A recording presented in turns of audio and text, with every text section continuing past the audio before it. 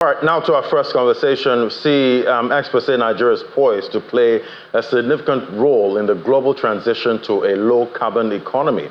The country's clean tech sector, although still in its infancy, holds a tremendous potential for driving sustainable development, mitigating climate change, and creating economic opportunities.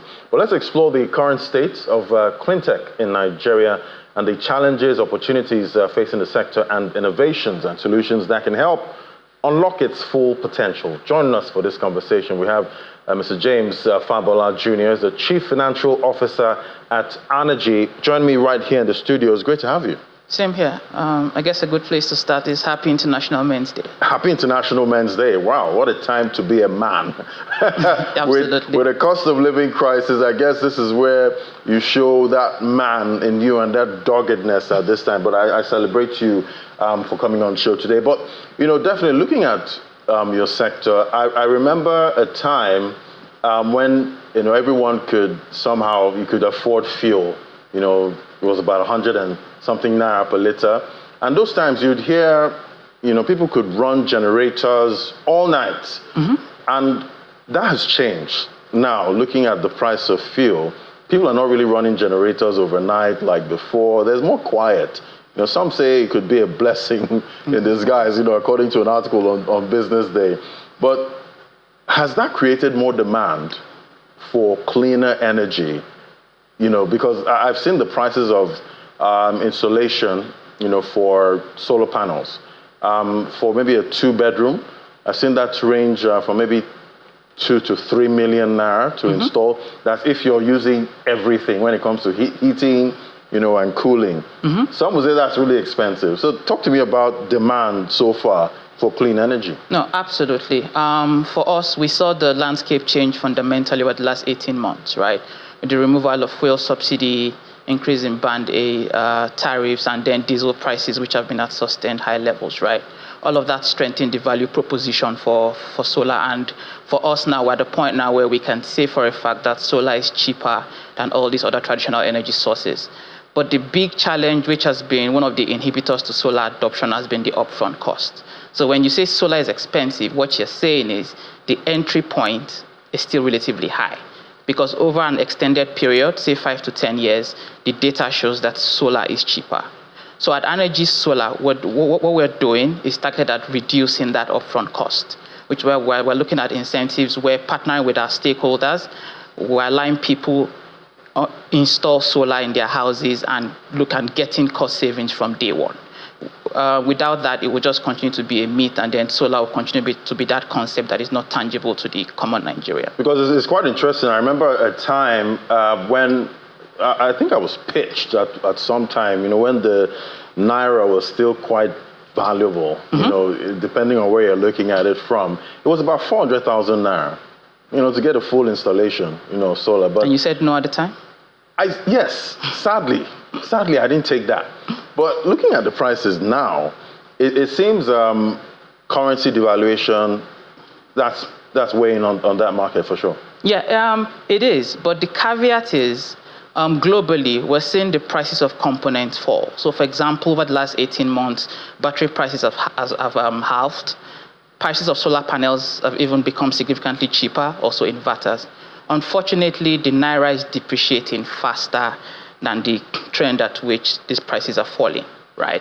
But that being said, the net effect is still solar is cheaper, because if you remember, given the removal of fuel subsidy, petrol prices are now supposed to dance alongside the exchange rate, which is we're supposed to be taking on the full effect. Diesel prices continue to be what they are, and even the Band A tariffs, which are MITO, are supposed to be pegged to the FX. So solar is still the sector where obviously most of the components are imported, but the net effect is we're not passing on the full effect to the consumer, because we are leveraging some of the cost savings we're seeing globally, but also businesses like Energy are being a lot more innovative in their execution, ensuring that we're able to finance these solar solutions so the common man can have access to solar and enjoy the benefits of that from day one. But looking at the clean tech space, you know, at this time, how would you describe investment, you know, in the space? And how is a Trump presidency, you know, shaping the whole clean energy narrative? It's interesting you start with Trump, right? Because on one hand, you have one of the big proponents of his candidature as president being Elon Musk, being a big proponent of the EE vehicles like Tesla. So I think time will tell how that shapes out. When you bring it home to Nigeria, ultimately what I tell people is investments would follow where potential returns are. Up until recently, the commercial case for Cleantech wasn't as strong. But given what has changed over the last 18 months, you will see a lot of money come into funding clean tech opportunities in Nigeria. And we're already seeing a lot of that. Recently, a company called Beacon Power Services closed their Series A round. And you see a lot more of that happen, right? We are currently in a fundraising. I cannot divulge the details, but before end of year, knock on wood, we'll be looking to announce our raise as well. What that means is we're signaling to the market and our stakeholders that we are funded. Because one of the challenges with the space hitherto has been there's a low trust factor, but people are also not sure if operators can meet customers at the point of their need and provide quality solutions that would last over an extended period of time. Businesses like our energy, being backed by some of our stakeholders, like Bill Gates is an investor, the Norwegian government, Shell seeding Olon, which is an investor, and then with partners like the Bank of Industry, we're positioned to drive the solar adoption and ensure that over the next 12 to 24 months, we will see a lot more dent in the market and we'll be driving solar penetration. Right, and just recently we had the proposal for the 2025 budget, and it's a whopping 47 trillion naira that we're looking at for spending, in 2025.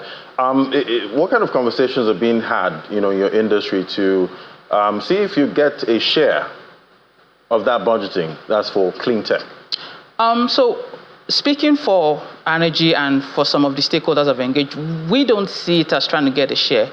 We think we underpin everything that is going to happen from an economic developmental standpoint, right? So we take it, there are a lot of businesses today which unfortunately may not survive given their current energy costs. So if the energy transition doesn't happen, we'll see a lot more businesses die. So if you're a government today, and we must give credit to the current dispensation, they've been clear about their direction on renewable energy, clean energy with the Electricity Act and some of the other policies. But the reality is it's not out of the goodness of their hearts. They know it's imperative, right? If businesses will thrive, if jobs will be preserved, then businesses must make that transition because they have to be powered by the cheapest energy source, which is solar. So what the government can do is they've already started, which is the right policies in place, but they also have to put their money where their mouths are. So the incentives, the initiatives to engender a sector that would raise capital and draw in the right type of operators, that needs to happen. And then we become the bedrock upon which all the building blocks which they're talking about, whether it's healthcare, education, hospitality, consumer businesses, all of these need to be powered. And today, at the risk of sounding selfish, solar is the only way to sustainable pathway for some of these businesses. Right, and talking about cheap, I know most consumers now, I'm sure they would be longing for that word, cheap, because everything is expensive right now. So, looking into, 2025 and beyond, what would you say could be that tailwind to keep renewable energy cheap for a country like Nigeria? The word cheap can be a two-edged sword. We like to say value for money, right? In terms of what would keep it affordable and ensure customers get value for money is, I think some policies, again, I've given the government credit in terms of policies they've put in place. At the risk of sounding like an Oliver Twist, we want more. Right. It's still a bit expensive bringing in components. Some of the tariffs, the import duties, those could fall off somewhat, and then the enforcement of that. Financing. Today, commercial banks are lending, no knock on them, at north of 30%, some of it driven by inflation. That won't really crack that solar adoption drive we want to see. So financing has to be affordable. Again, kudos to partners like Bank of Industry doing an amazing job. InfraCredit is also doing a great job in trying to drive cost of finance. We need to see a lot more of that because ultimately we need to pass that on to the consumer so they can afford to get solar. The other conversations around localizing the supply chain, I think that is still in its infancy. My caveat is always we need to invest in manufacturing that leverages our natural competitive advantage, and not just because it's fancy. So time will tell. There are a few solar manufacturing endeavors locally, a few conversations around battery manufacturing as well, but I think that would come later.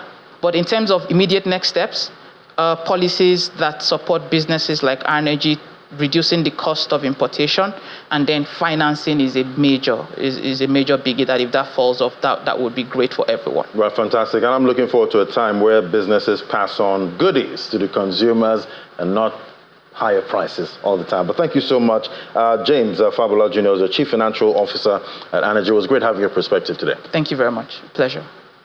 All right, we'll take a break now. When we come back, we're going to check on what's playing out in the commodities markets. That's in a moment. Just stay with us.